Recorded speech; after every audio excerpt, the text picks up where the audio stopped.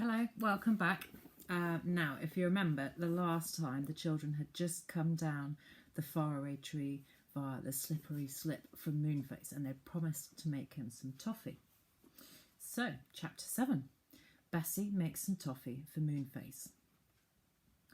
The children talked about nothing else but the faraway tree and its queer folk for days after their adventure. Bessie said they must certainly keep their promise to take toffee to Moonface. Promises must never be broken, she said. I will make some toffee if Mother will let me have some treacle. Then, when it's done, you can take it to Moonface, Joe. Mother said they could make toffee on Wednesday when the grocer came and brought their goods. So on Wednesday, Bessie set to work making the best toffee she could. She set it in a pan on the stove. It cooked beautifully. When it had cooled and was set nice and hard, Bessie broke it up into small pieces. She put them into a paper bag, gave one piece each to the others, and popped one into her own mouth. I'll have to go at night, I think, said Joe. I shan't get any time off this week, I know. We're so busy with the garden now. So that night, when the moon was shining brightly in the sky overhead, Joe slipped out of bed. Bessie and Fanny woke up and heard him. They hadn't meant to go with him, but when they saw the moonlight shining everywhere and thought of that exciting faraway tree, they felt that they simply couldn't stay behind. Wouldn't you have felt that way too? They dressed quickly and whispered through Joe's door. We're coming too, Joe. Wait for us. Joe waited. Then they all three slipped down the creaky stairs and out into the moonlit garden. The shadows were very black indeed, just like ink. There was no colour anywhere, only just the pale, cold moonlight. They were soon in the Enchanted Wood, but, dear me, it was quite different now. It was simply alive with people and animals. In the very dark parts of the wood, little lanterns were hung in rows. In the moonlit parts there were no lanterns, and a great deal of chattering was going on. Nobody took any notice of the children at all. Nobody seemed surprised to see them. But the children were most astonished at everything. There's a market over there, whispered Joe to Bessie. Look, there are necklaces made of painted acorns and brooches made of wild roses. But Bessie was looking at something else, a dance going on in the moonlit dell, with fairies and pixies chattering and laughing together. Sometimes, when they were tired of dancing on their feet, partners would fly in the air and dance there in the moonlight. Fanny was watching some elves growing toadstools. As fast as the toadstool grew, an elf laid a cloth on it and put glasses of lemonade and tiny biscuits there. It was all like a strange dream. Oh, I am glad we came, said Bessie in delight. Who would have thought that the Enchanted Wood would be like this at night? They wasted a great deal of time looking at everything, but at last they got to the faraway tree, and even here there was a great difference. The whole tree was hung with fairy lights and glittered softly from branch to branch, rather like a very enormous Christmas tree. Joe saw something else. It was a stout rope going from branch to branch for people to hold on to when they wished to go up the tree. Look at that, he said. It will be much easier to go up tonight. All we'll have to do is just to hold on to the rope and pull ourselves up by it. Come on. Other folk, and some animals too, were going up the tree, not to the land at the top, but to visit their friends who lived in the trunk of the enormous old tree. All the doors and windows were open now, and there was a great deal of laughing and talking going on. The children climbed up and up. When they came to the window of the pixie who had been so angry with them last week because they had peeped in, they found that he was in a very good temper now, sitting smiling at his open window, talking to three owls. But Joe didn't think they had better stop in case the pixie remembered them and threw water over them again. So On they went, holding on to the thick rope, climbing very easily. They came to Silky's house and called her. She was baking over her stove. "Hello," she said, looking up and smiling. "So, here you are again, just in time too, because I'm baking pop biscuits and they are most delicious hot." Her silky golden hair stood out round her tiny face, which was red with baking. Joe took out his bag of toffees. "We're really taking them to Moonface," he said, "but do have one." Silky took one and then gave them 3 hot pop biscuits each. My goodness, how lovely they were, especially when they went pop in the children's mouths. "We mustn't stop, Silky dear," said Bessie. "We've still a long way to go up the tree." "Well, look out for Mother Washalot's washing water again then," said Silky. "She's dreadful at night.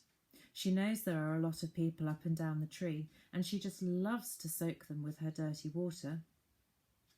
The children went on up. They passed Mr. What's-his-name, still fast asleep and snoring in his chair, and dodged quickly behind a branch when they heard Dame Washalot's water sloshing down. Nobody got even splashed this time. Fanny laughed. "This really is the funniest tree I ever knew," she said. "You simply never know what's going to happen." They pulled themselves up and up by the rope and came at last to the top. They knocked on Moonface's yellow door. "Come in," yelled a voice, and in they went. Moonface was sitting on his curved bed, mending one of his cushions. "Hello," he said. "Did you bring me that toffee you owe me?" "Yes," said Joe, handing him the bag. "There's a lot there, Moonface. Half to pay you for last week's slippery slide, and half to pay you if you'll let us go down again tonight." "Oh my," said Moonface, looking with great delight into the bag.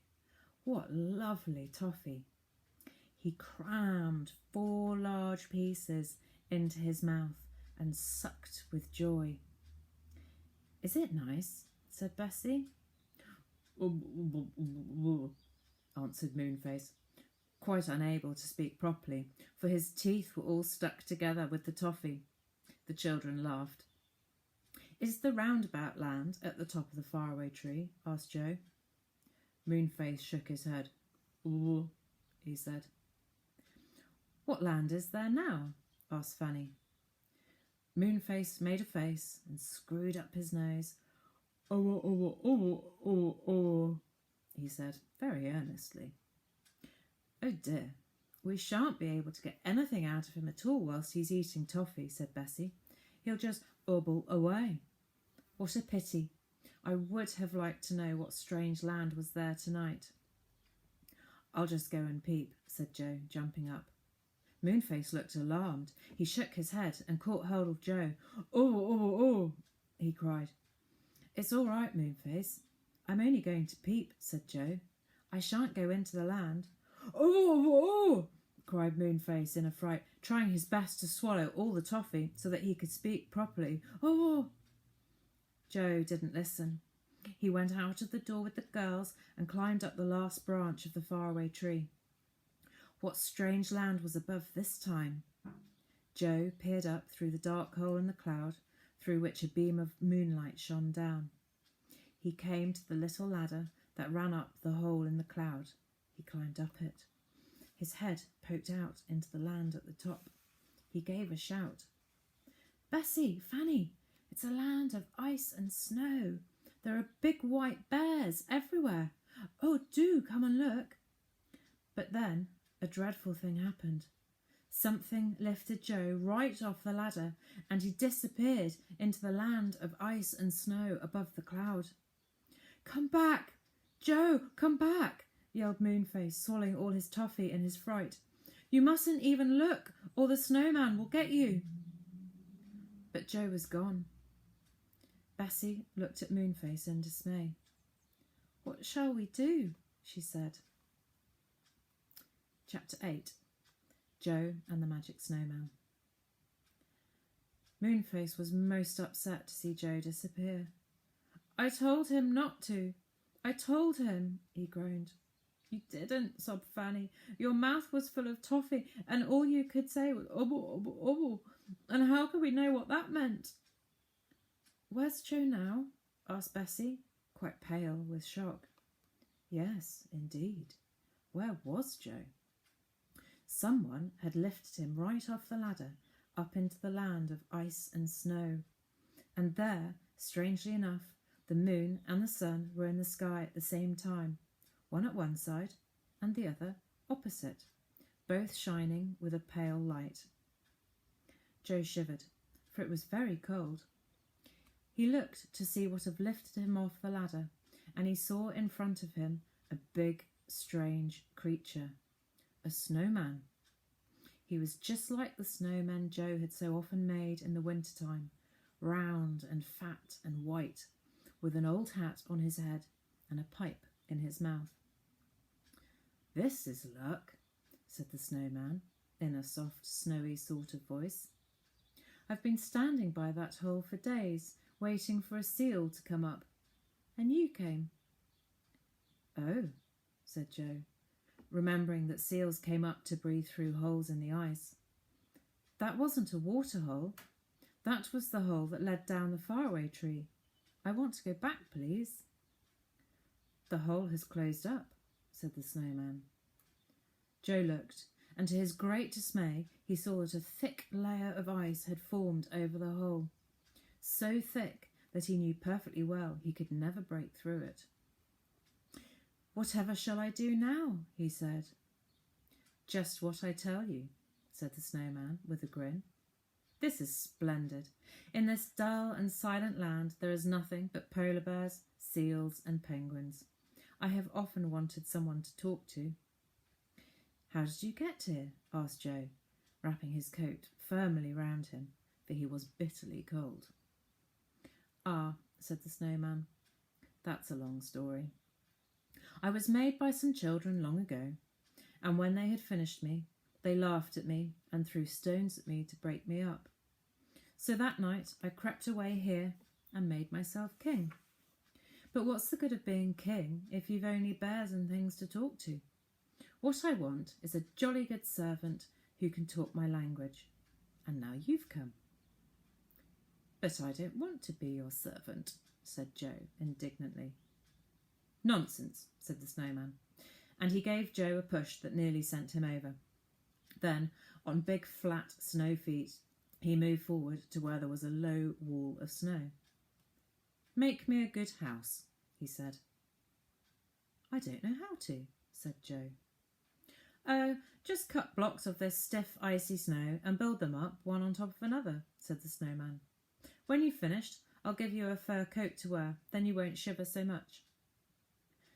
Joe didn't see that he could do anything but obey, so he picked up a spade that was lying by the wall, and he began to cut big bricks of the frozen snow.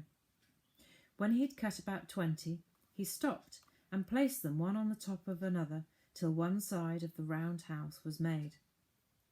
Then he began to cut snow bricks again, wondering all the time how in the world he would ever be able to escape from this strange land. Joe had often built little snow houses of soft snow in his garden at home during the winter. Now he made a big one, with proper snow blocks as hard as bricks. He quite enjoyed it, though he did wish the girls were there too. When he had finished and made a nice rounded roof, the snowman came shuffling up. Very nice, he said. Very nice indeed. I can just get in, I think. He squeezed his big snow body inside and threw out a fur coat for Joe made of white polar bear skin. Joe put it on very thankfully. Then he tried to squeeze in after the snowman, for he wanted to be out of the cold, icy wind. But he was so squashed between the snowman and the walls of the snow house that he couldn't breathe. Don't push so, said the snowman disagreeably. Move up. I can't, gasped poor Joe. He felt quite certain that he would be pushed right out of the snow hut through a hole in the wall. Just then there came a curious grunt at the doorway. The snowman called out at once. Is that you, Furry? Take this boy to your home under the ice. He's a nuisance here. He keeps squashing me. Joe looked up to see who Fairy was, and he saw a great white bear looking in. The bear had a stupid but kind face, a kind look on his face. "Oh," said the bear, and pulled Joe out into the open air. Joe knew it was no use to struggle. Nobody could get away from a bear as big as that, but the bear was certainly kindly. He said to Joe, with a loud grunting noise. "I don't know what you mean," said Joe. The bear said no more. He just took Joe along with him, half carrying the little boy, for Joe found the way very slippery indeed. They came to a hole that led under the ice and snow. The bear pushed Joe down it, and to Joe's enormous surprise, he found that there was a big room underneath, with 5 bears there, big and little. It was quite warm there too. Joe was astonished, for there was no fire, of course. Said all the bears politely. Said Joe. That pleased the bears very much indeed. They came and shook paws with Joe very solemnly and oomphed all over him. Joe liked the look of the bears much more than he liked the look of the snowman. He thought perhaps they might help him to escape from this silly land of ice and snow. "Could you tell me the way back to the faraway tree?" he asked the bears, politely and clearly.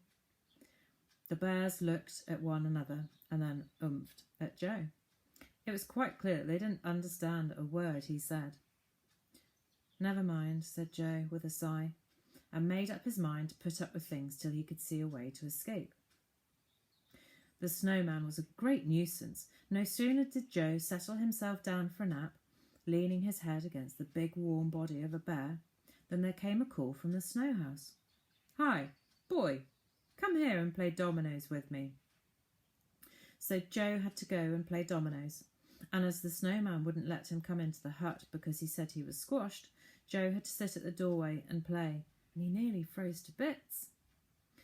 Then, another time, just as he was eating a nice bit of fried fish that one of the bears had kindly cooked in oil for him, the snowman shouted to him to come and make him a window in his house. And Joe had to hurry off and cut a sheet of clear ice to fit into one side of the snow house for a window. Really, that snowman was a perfect nuisance.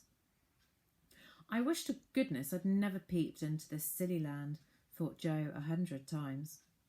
"It's a good thing the bears are so nice to me. I only wish they could say something else besides oomph." Joe wondered what Bessie and Fanny were doing.